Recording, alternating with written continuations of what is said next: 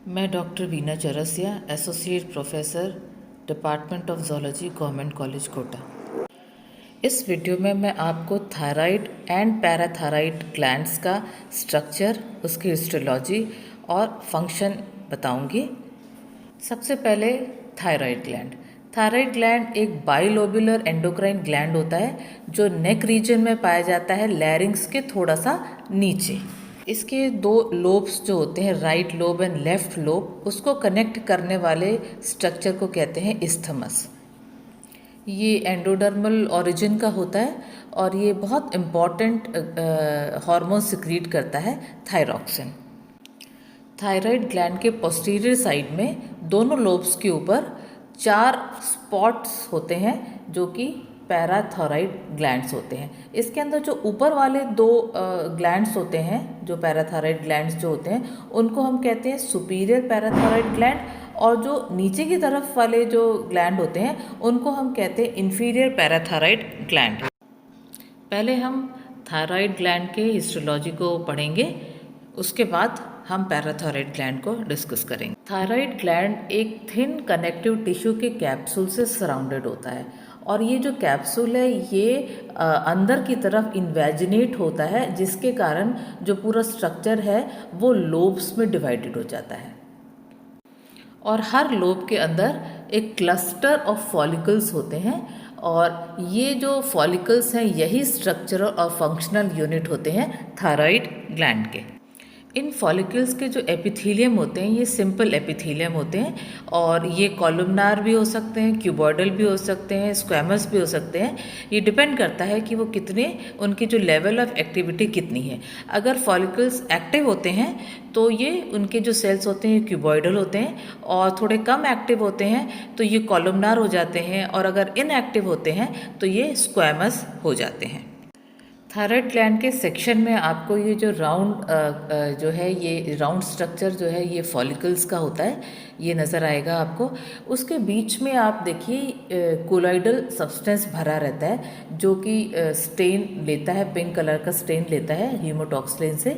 और अगर फॉलिकल्स बड़े हैं और उसका जो ल्यूमेन है या उसके अंदर जो एरिया है वो बड़ा है तो इसका ये मतलब होता है कि वो इनएक्टिविटी शो कर रहा है, और जितना छोटा होता है उतना ज़्यादा ये मतलब उसके अंदर जो कोलॉइड जो होता है वो एक्टिवली जो है ट्रांसपोर्ट हो जाता है ब्लड स्ट्रीम के अंदर, तो ये उसकी एक्टिविटी शो करता है।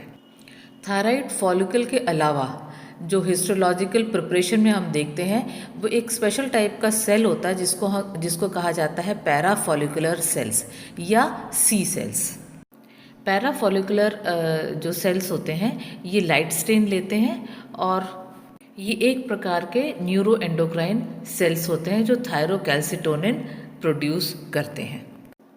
अगर हम पैराथायराइड ग्लैंड के हिस्टोलॉजी को देखें तो इसमें मेनली 2 तरह के सेल्स पाए जाते हैं। एक होता है चीफ सेल्स एंड दूसरा होता है ऑक्सीफिल सेल्स।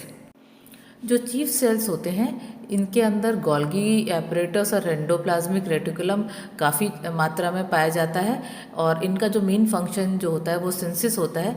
तो ये ज़्यादा प्रोमिनेंट गोल्गी एपरेटस या एंडोप्लाज्मिक रेटिकुलम ये रिफ्लेक्ट करता है कि ये एक्टिवली सिक्रीटिंग सेल्स हैं।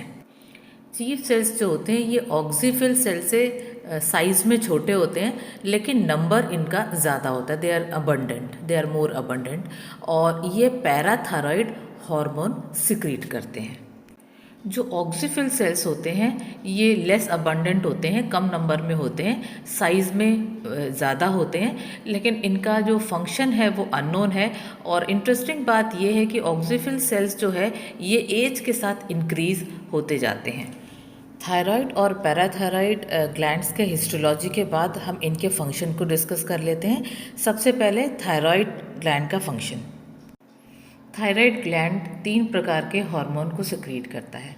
पहला है थायरॉक्सिन, जिसको T3 भी कहते हैं। T3 नॉर्मल मेटाबॉलिक रेट के लिए बहुत आवश्यक होता है और ये नॉर्मल ग्रोथ और डेवलपमेंट के लिए भी बहुत ज़रूरी होता है।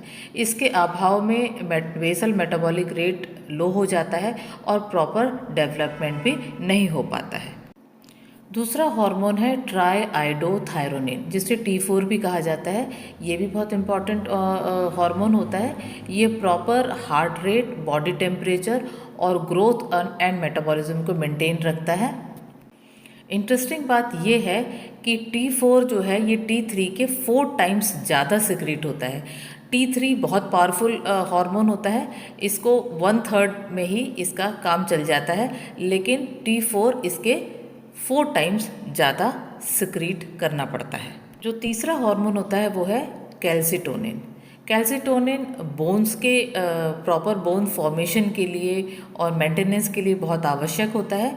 ये बॉडी में कैल्शियम लेवल को रेगुलेट करता है। अब पैराथायरॉइड ग्लैंड के हार्मोन को डिस्कस कर लेते हैं। पैराथायरॉइड ग्लैंड के जो हार्मोन है उसको हम कहते हैं पैराथायरॉइड हार्मोन या पैराथार्मोन।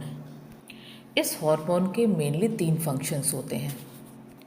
पैराथायरॉइड हार्मोन बोन्स में से कैल्शियम को निकालता है बाहर, उसमें से एक्सट्रैक्ट करता है और एक्स्ट्रा सेलुलर फ्लूइड के कैल्शियम को बढ़ाता है। किडनी में ये कैल्शियम रीअब्जॉर्प्शन को स्टिमुलेट करता है और फॉस्फेट के सिक्रीशन यानी एक्सक्रीशन को ये बढ़ाता है। साथ ही साथ ये विटामिन डी के सिंथेसिस को भी स्टिमुलेट करता है। तो इस प्रकार आपने थायराइड और पैराथायराइड के स्ट्रक्चर, फंक्शन और हिस्टोलॉजी को स्टडी किया। नेक्स्ट वीडियो में हम किसी और एंडोक्राइन ग्लैंड को स्टडी करेंगे। Thank you.